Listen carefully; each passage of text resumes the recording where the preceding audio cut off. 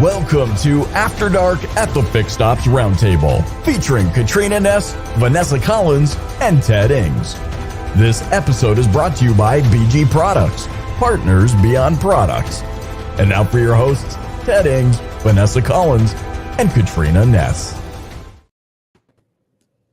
Good evening, everyone. Happy Wednesday, and thank you all for coming to our After Dark show. Tonight, we are joined by Tony Owens and Jami Alexander. These are two very relevant people that we have at the Fixed Ops Roundtable, but this is Vanessa's and my first time ever meeting them face-to-face, so it's very exciting for us.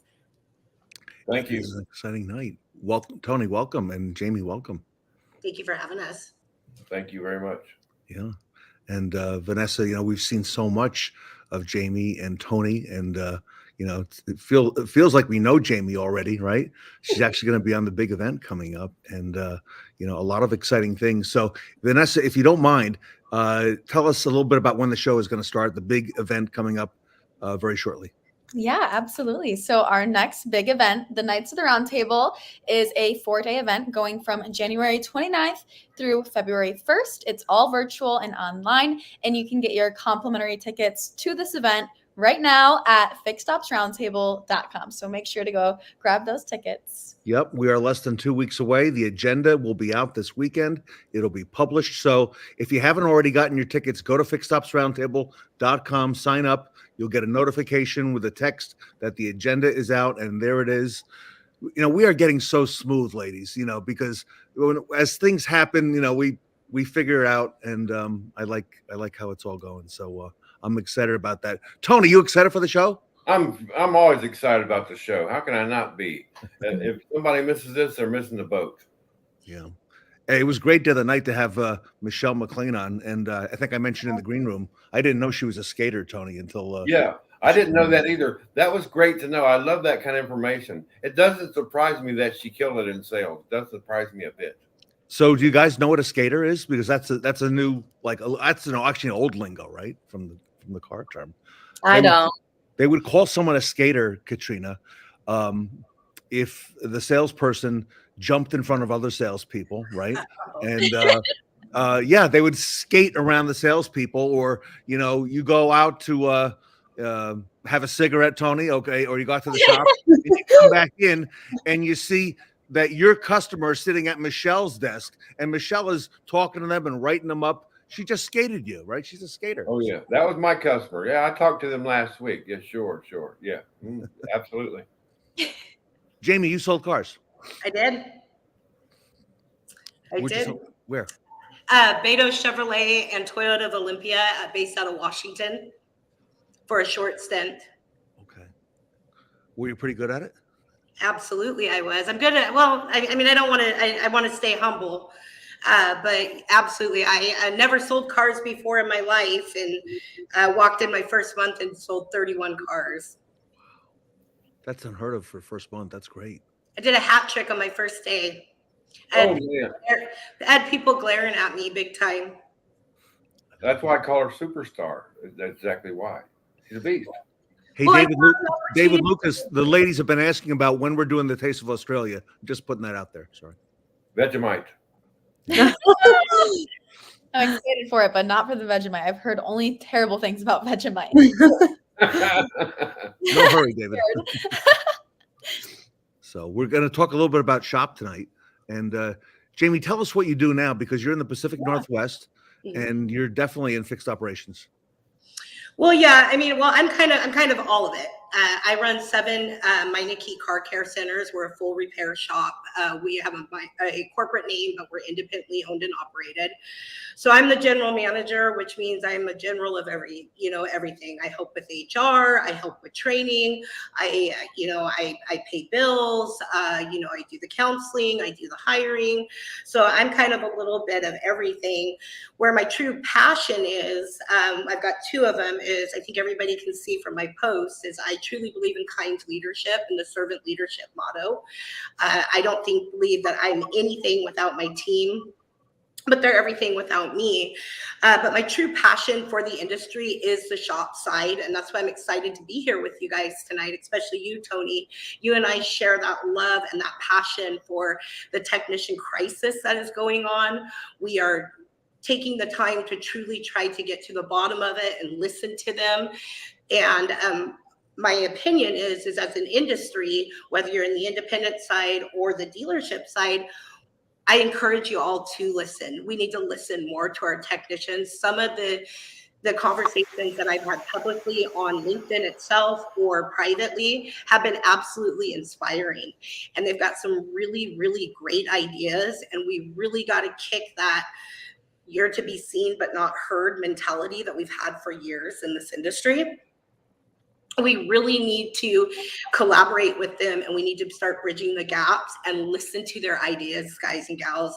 They've got some really great ideas, and even I am inspired by how customer orientated that they are, which is a stigma that's been around for years on our technicians. And they want to please the customer and they want to do well.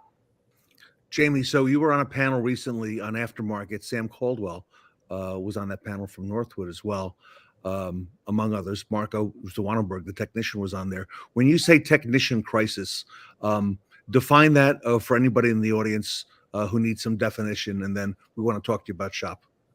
Okay, well, for me, the technician crisis is for years we have been missing. They've been exiting the industry, whether they're leaving on their own accord because of the way that they've been treated. They've not been treated like the professionals they are. I mean, to put it in medical terms, they're the doctors. We're the pharmacists.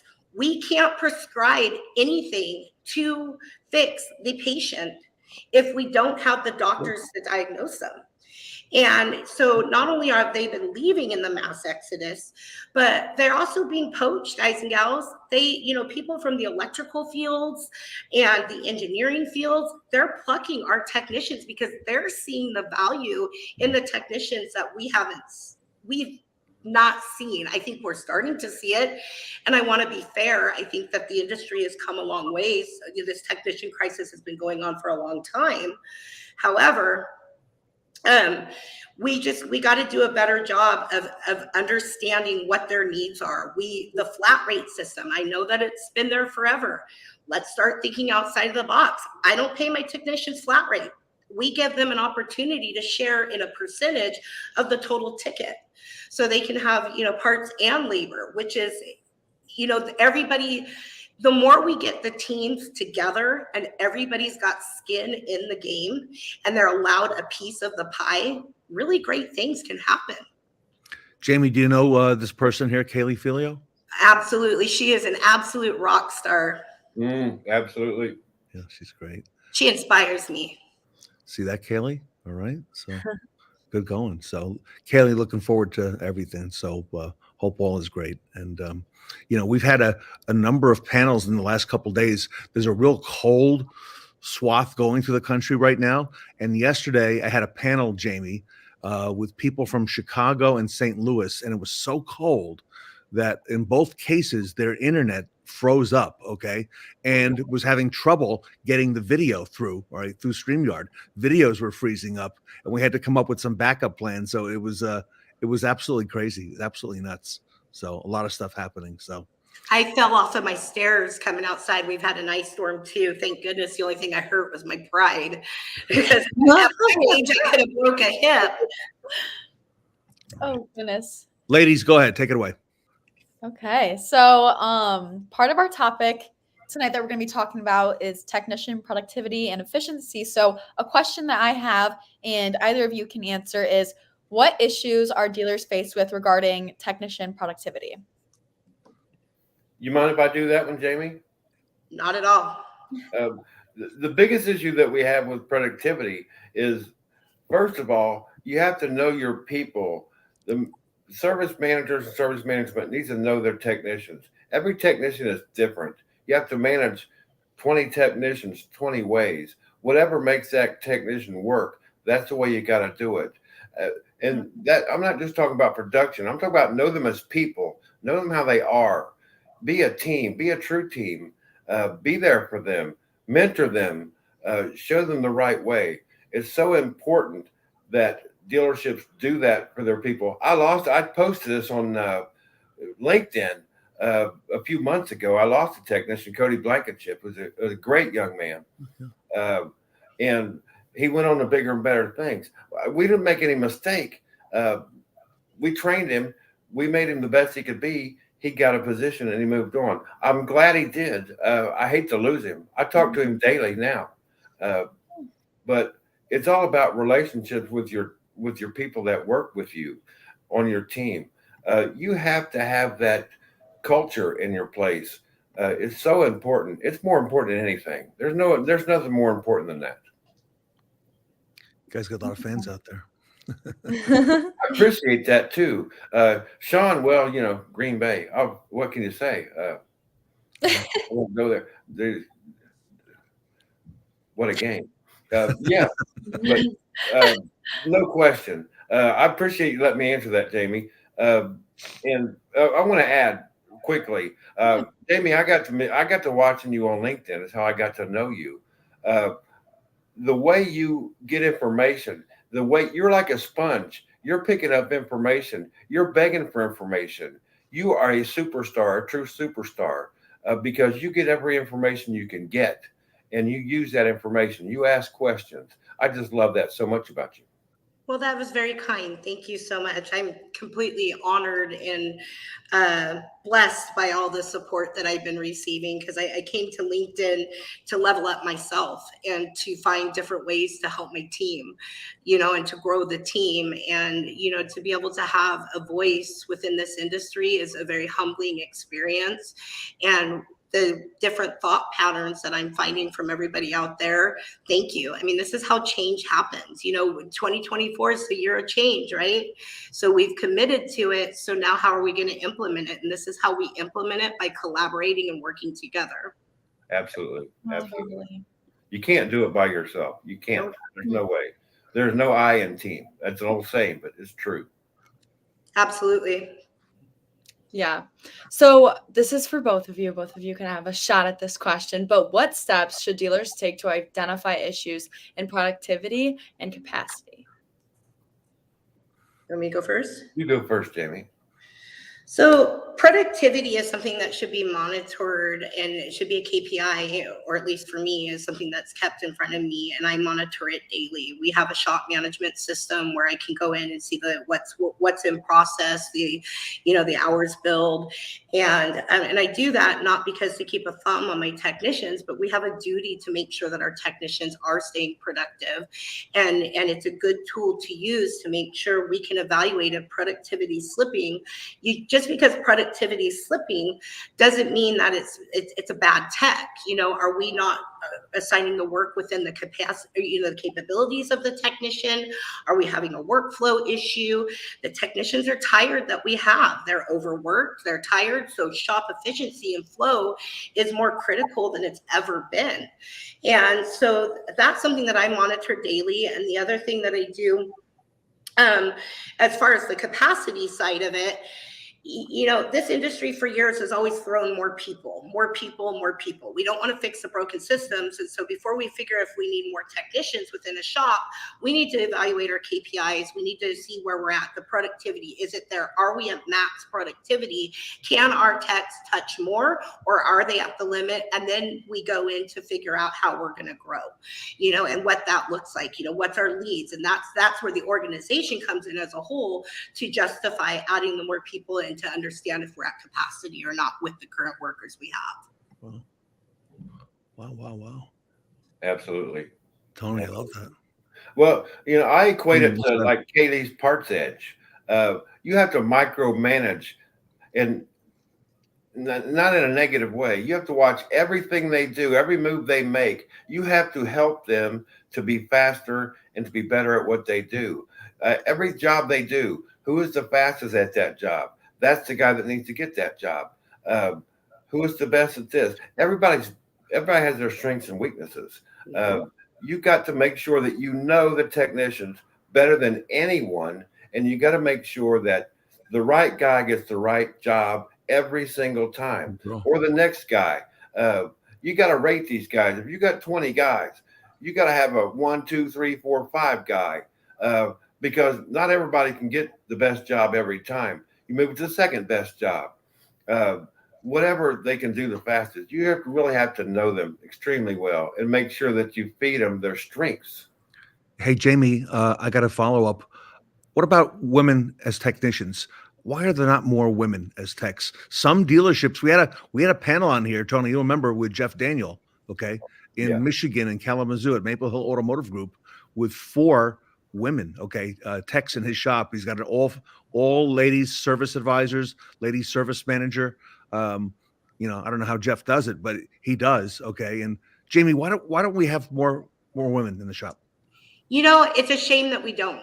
And honestly, I've had women technicians, and I will tell you that it has been inspiring to watch the attention to detail, the wanting to produce quality, the determination in them to figure out I could challenge a woman technician easier than I can challenge a male technician in my experience, because they're wanting to grow, they're wanting to learn, they're wanting to absorb. And I think that we have a fault of an industry with that. I don't think we do. We're doing so much talking about the negative and the hot button topics on the extremes, but we're not coming back to the middle. We own that. This is the best industry in the world, in the earth. In my opinion, it's a forgiving industry.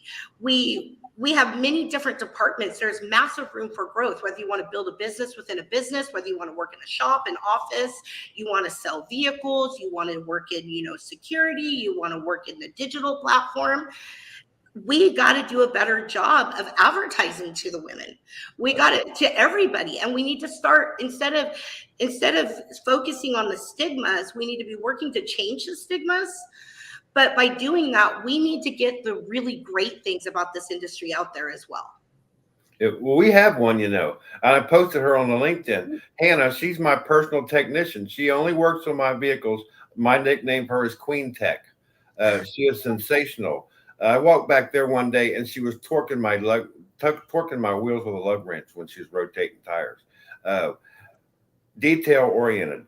Mm-hmm. We need more women in the business, in all phases of the business. They are the best. Hey, Cindy, in the chat, you got to come back on the roundtable, because remember last year we did a panel, Cindy with Michelle McLean. Let's do that again. I don't think we'll do it in time for this event that's coming up the week after next, but let's plan it out, Cindy. And, you're definitely a major favorite here on the roundtable. You got great retail experience to share with everybody, so I appreciate that. And Claudia, by the way, Rapid Recon is all over this event. Dennis and Josh did a great job, so appreciate all that you do for the industry, and a lot of great women, okay, at Rapid Recon. And Tony, that's an organization that's really got a great team. I follow it. I love Rapid Recon very well. Yeah, good stuff. I'm sorry, I wanted to put that out there. So. Well, another question, kind of pivoting back. So what strategies have you found to be effective in managing workflow and ensuring technicians can work at their highest level of productivity? So high-level questions. I'll take this one first, Jami. I kind of touched on that. You have to know them. That's extremely important. There is nothing more important than knowing your technicians.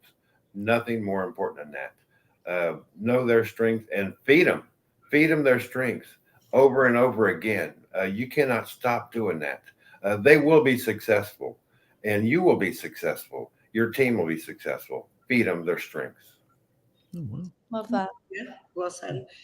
So my thought on that is absolutely, I 1,000% agree with you, Tony, but I would like to add that I think we need to do a better job of bridging the gaps at the counters. And so we've got too much of a separation between the shops and the counters. And when you can get a service advisor or a manager behind the counter to form a really good relationship with the technician, they become a checks and balance type system. The technician is going to understand the advisor's weakness and vice versa. So it goes to signing within capabilities, like Tony was saying, but as far as workflow is, Car count's been a huge issue. It's been an industry-wide focus for several years, and it's really gotten critical within probably the last 3 or 4 years. And so understanding and having clear communication, we need to make sure that we are allowing for us to not say no to a customer, but keep the racks moving. We need to have an efficient inspection process. We need to make sure we're getting that up in a timely manner. And one of the biggest frustrations with technicians with the new digital inspections is we're not doing our jobs at the counter when to get the inspection up quickly. It's not to diagnose it, it's to identify a concern. And then we have a duty at the counters to slow the process, allow to sell the diagnostic for the time so the technician can dig into it deeper. And by doing that and allowing it, and by saying, hey, we'll have you done by the end of the day. So that way, when you have the other customers come in for the oil change that needs the brakes or needs something, a service, we're not having to tell customers no. And we're creating a snowball effect, and we're keeping our techs fed. We're keeping them happy. We're keeping the shops moving, and we're managing expectations for our technicians. We work for our technicians. We got to change our mindset.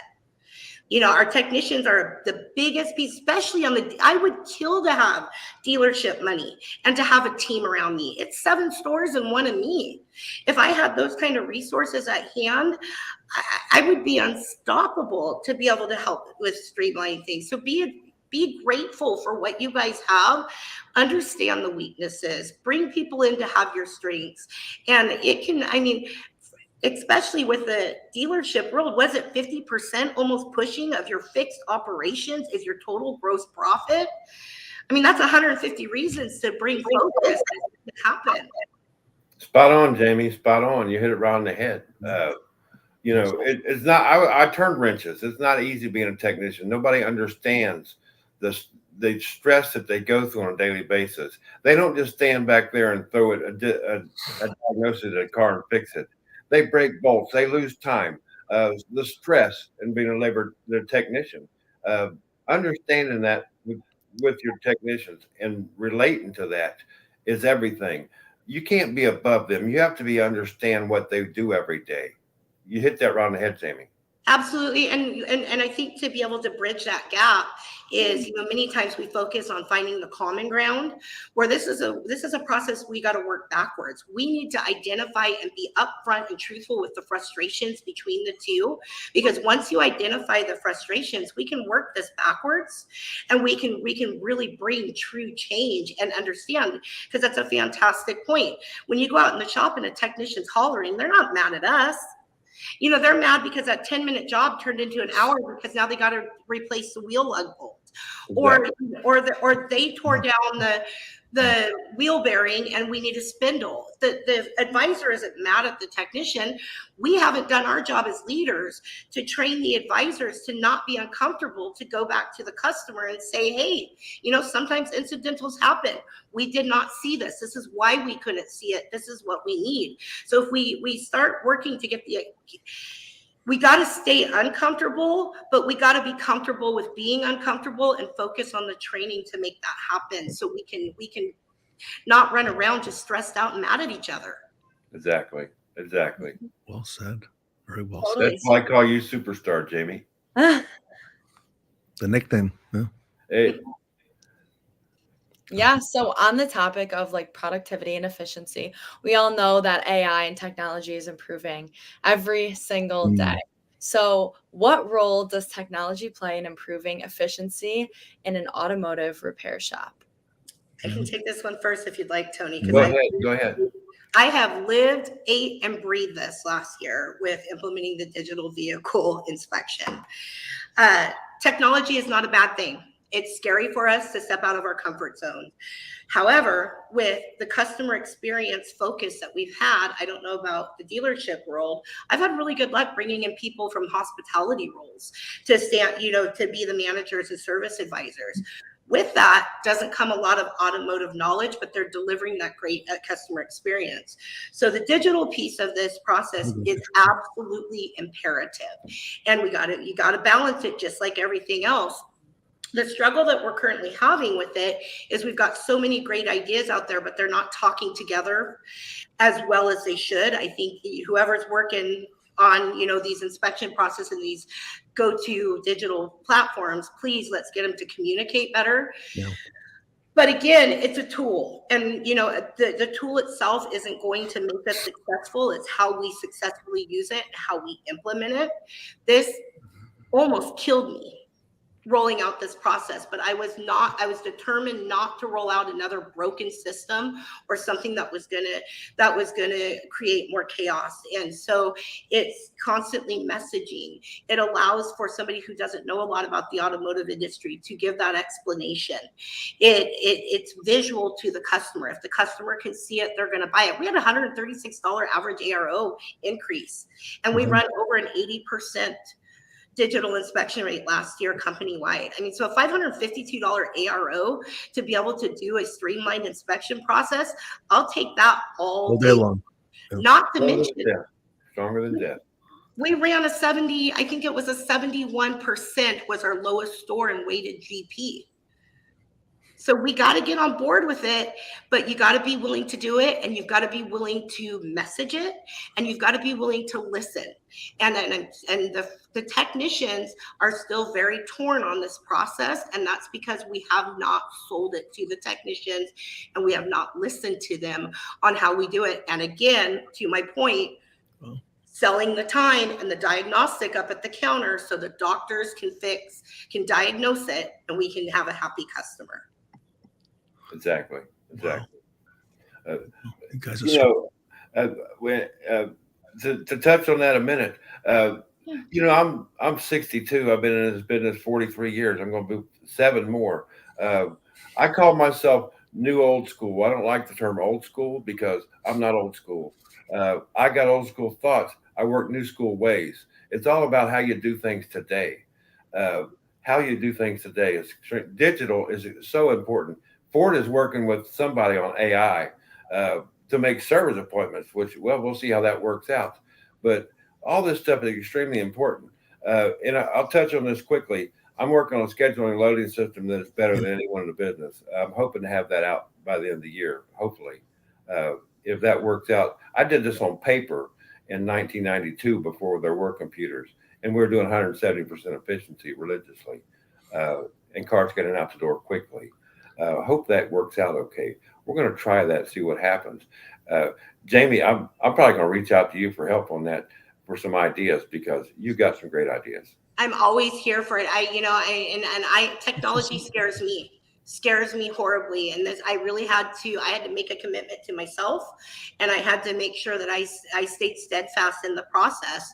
And it's rare that you hear me say something about myself, but I'm pretty proud of myself because I thought this was going to kill me.